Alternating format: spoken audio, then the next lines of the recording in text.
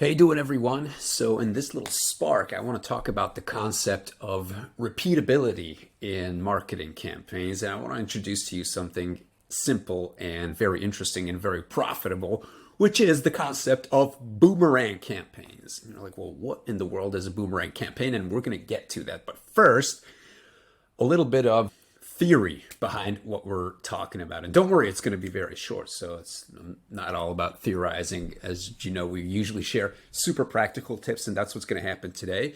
But you just need to consider this one thing, because so many companies, especially when they're at the beginning of their journey in terms of go to market or building marketing mechanisms, they don't realize this important thing. And this important thing is that, drum rolls, marketing takes time.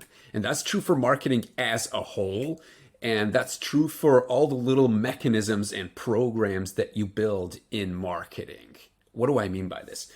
A lot of times companies would try something. They would try a channel or try a given strategy, and they might see some promising results, but they decide that it's too low and it's not necessarily worth the effort because something over here is yielding more benefits and more results. And that's a pretty big mistake. And it's a big mistake, especially when it comes to webinars. Okay, webinars is something that many B2B companies are rightfully pursuing and doing webinars all day long. If you're not, you should, because even though it's a crowded space in the sense that so many companies are offering online events and webinars and whatnot, it still works. It's harder and harder to get people in the door, but it's totally worth it. And it's one of the best ways that you can build relationships. And I'm talking about live webinars specifically, and not pre-recorded ones, and not fake live webinars, which some people think is a good idea, worth doing, but I don't personally. So what happens with webinars, especially when it's one of the first webinars that you're doing, is that you put a shit ton of effort into creating the first event. Okay, so like in the case of clients, what we do is we usually have a content campaign, a demand generation campaign leading up to the webinar. So we never just say, okay, here's a webinar, sign up, people, come on in the door, put your email in there and get on the webinar. No, we always have a 4 or 5 week long content campaign that generates demand for the problems, the pain points, the benefits, the promises that we're going to be discussing in the webinar, right? Okay, so it's a hugely important step. It's a lot of work though. So for 4 or 5 weeks, we're putting out content on organic LinkedIn. We're sometimes supporting it with paid ads. We're putting, if the client has a newsletter list, we'd send out content there. We'd maybe change the messaging on the website. And, we would build up this webinar, the anticipation for the event in a nice way. And then obviously the client will have to, get their stuff together and do the webinar and first, do the slides, make sure we get the positioning right and the messaging right and the whole thing. We would help them follow up after the webinar with people who show legitimate interest and who fit ICP. Okay. Now that's all good, but it's not nearly done. So what happens is that you put this much effort into organizing the first webinar and you get a certain number of results, X, but where companies leave a bunch of money and opportunity on the table is that they don't do a second webinar 4 weeks down the line.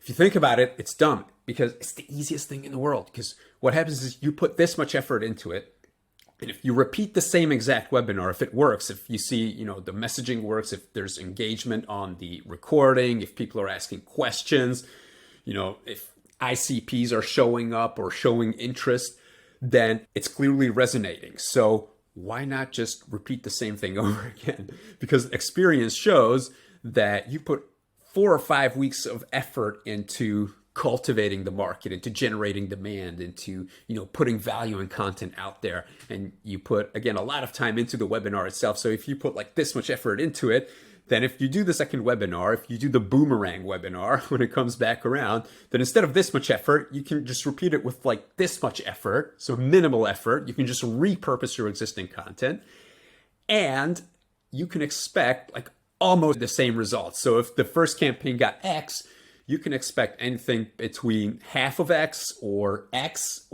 even more than X, okay? And the reason this happens is because when you start actively pursuing a point of view, you start talking about a pain point or something that resonates with your market, then it usually takes time to just make it through in your prospects' minds. And a lot of times they're not going to take you up on the first offer, okay? But if they see that there's the webinar again, it's happening again, then people will be like, okay, well, I missed it the first time around, and this is supposed to be a new and improved version, so why not just do it this time, the second time around? So that's why with a little bit of extra and additional effort, you'll get similar results to your first one. And it goes without saying that if it works, you should keep doing it over and over again every 4 weeks. Now, what you don't want to be doing is people would ask me, hey, why don't we just record this thing and then just put it out there?